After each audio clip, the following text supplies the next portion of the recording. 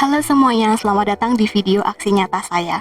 Pada kesempatan yang berbahagia ini, izinkan saya untuk menyebarkan pemahaman saya tentang topik pertama Merdeka Belajar. Pada topik pertama ini ada 5 modul yang saya pelajari. Modul yang pertama berjudul Mengenali dan Memahami Diri Sebagai Pendidik. Modul yang kedua tentang mendidik dan mengajar. Modul ketiga, mendampingi murid dengan utuh dan menyeluruh. Modul keempat, mendidik dan melatih kecerdasan budi pekerti.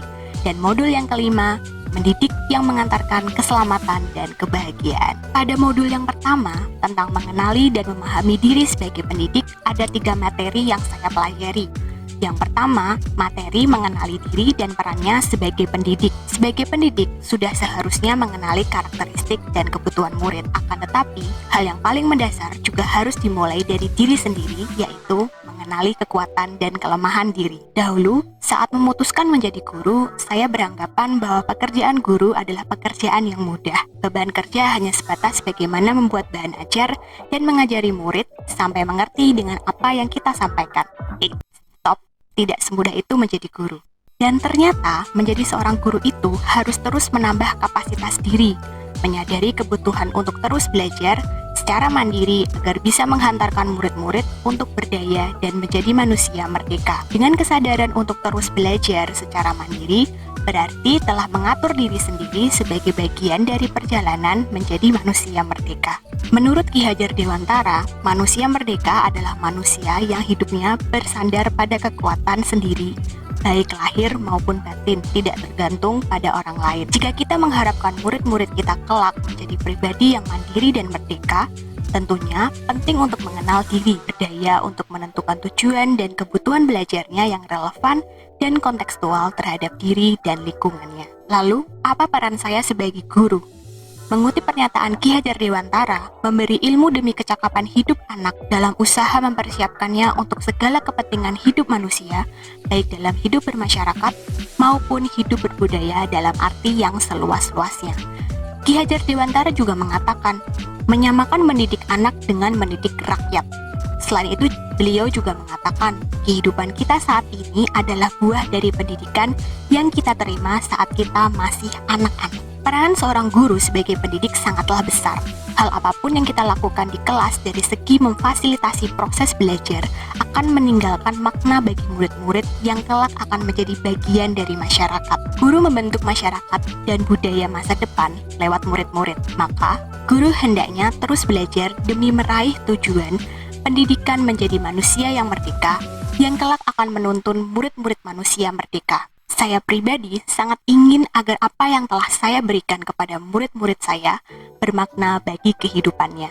Saya pribadi ingin menjadi guru yang mampu menciptakan suasana belajar yang menyenangkan, selamat, dan bahagia tentunya. Guru yang adaptif dengan perubahan zaman yang dinamis, selalu menciptakan pengalaman pembelajaran yang sesuai dengan kebutuhan murid dan tentunya masih sejalan dengan tujuan pendidikan. Guru tidak hanya mengajarkan materi, tetapi juga menanamkan karakter yang baik. Semua tingkah laku, tutur kata, dan cara guru mengajar sebagai bekal melanjutkan kehidupannya di masa depan yang tentunya akan berbeda dengan masa sekarang.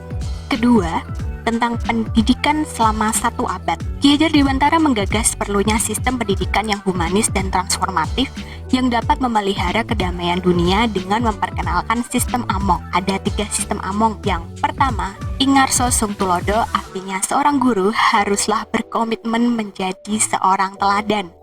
Guru harus memberikan contoh yang baik. Ing Matyo Mangun Karso, artinya seorang guru haruslah membangkitkan atau menguatkan semangat murid-muridnya, bukan orang yang melemahkan semangat.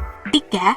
Tutwuri Handayani, artinya seorang guru haruslah memberikan dorongan atau menjadikan murid-muridnya orang-orang yang mandiri atau orang-orang yang merdeka yang tumbuh kembang secara maksimal. Pemikiran Ki Hajar Dewantara tersebut adalah gagasan yang melampaui zamannya, di mana beliau hidup dan masih relevan hingga masa sekarang ini, dan akan mampu mengantarkan murid siap mengisi zamannya kelak. Di modul yang kedua tentang mendidik dan mengajar, saya juga belajar 3 materi. Materi yang pertama tentang mendidik secara menyeluruh. Menurut Ki Hajar Dewantara, pendidikan sebagai tuntunan, yaitu tuntunan dalam hidup tumbuhnya murid. Ki Hajar Dewantara juga mengatakan, anak-anak tumbuh berdasarkan kodratnya yang unik. Tidak mungkin pendidik mengubah padi menjadi jagung atau sebaliknya.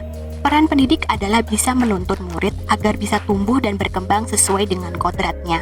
Kedua, tentang pendidikan selama 1 abad. Ki Hajar Dewantara menggagas perlunya sistem pendidikan yang humanis dan transformatif yang dapat memelihara kedamaian dunia dengan memperkenalkan sistem Among. Ada 3 sistem Among. Yang pertama, Ingarso Sungtulodo, artinya seorang guru haruslah berkomitmen menjadi seorang teladan. Ingmatyo Mangunkarso, artinya seorang guru haruslah membangkitkan atau menguatkan semangat murid-muridnya, bukan orang yang melemahkan semangat. 3. Tutwuri Handayani, artinya seorang guru haruslah memberikan dorongan atau menjadikan murid-muridnya orang-orang yang mandiri atau orang-orang yang merdeka yang tumbuh kembang secara maksimal. Menjadi manusia secara utuh. Memandang murid sebagai manusia secara utuh harus menjadi dasar guru sebagai pendidik. Pada modul yang ketiga tentang mendampingi murid dengan utuh dan menyeluruh, ada 2 materi yang saya pelajari. Yang pertama tentang kodrat murid.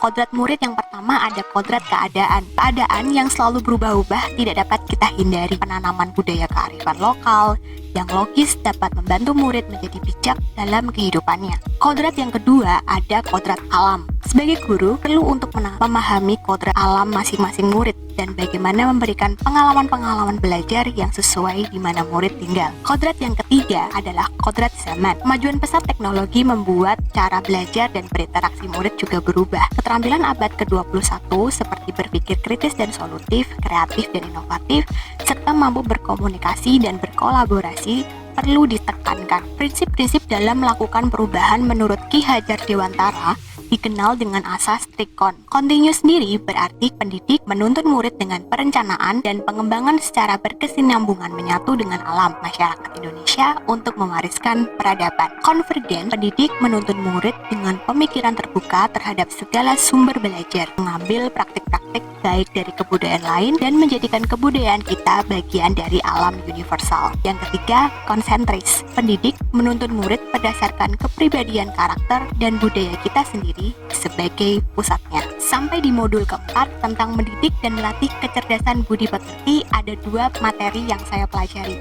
Yang pertama tentang budi pekerti. Seseorang yang mempunyai kecerdasan budi pekerti akan senantiasa memikirkan, merasakan, dan mempertimbangkan setiap perilaku yang ditampilkannya, menemani proses belajarnya, mendampingi tumbuhnya kecerdasan pikirnya, dan membantu murid menemukan budi pekerti atau watak baiknya, serta membantu murid mengendalikan atau memperbaiki watak atau budi pekerti yang kurang baik. Materi yang kedua tentang teori konvergensi dan pengaruhnya pada pendidikan. Teori konvergensi didasarkan atas 2 teori utama. Yang pertama, teori tabula rasa. Yang kedua, teori negatif. Teori konvergensi merupakan pendekatan yang digunakan Ki Hajar Dewantara dalam menjelaskan tentang kertas bertuliskan tulisan samar dengan membagi budi pekerti atau watak manusia menjadi 2 bagian, yaitu bagian biologis tentang watak dan perasaan yang tidak dapat berubah, dan bagian intelligible atau kecakapan dan keterampilan pendidikan yang dapat berubah. Modul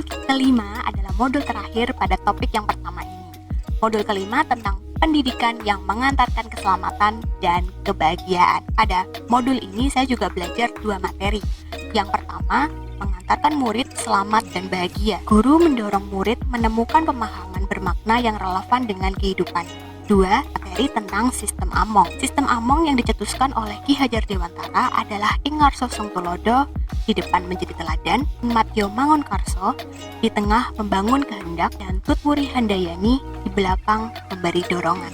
3. Tentang Merdeka Belajar abad ke-21.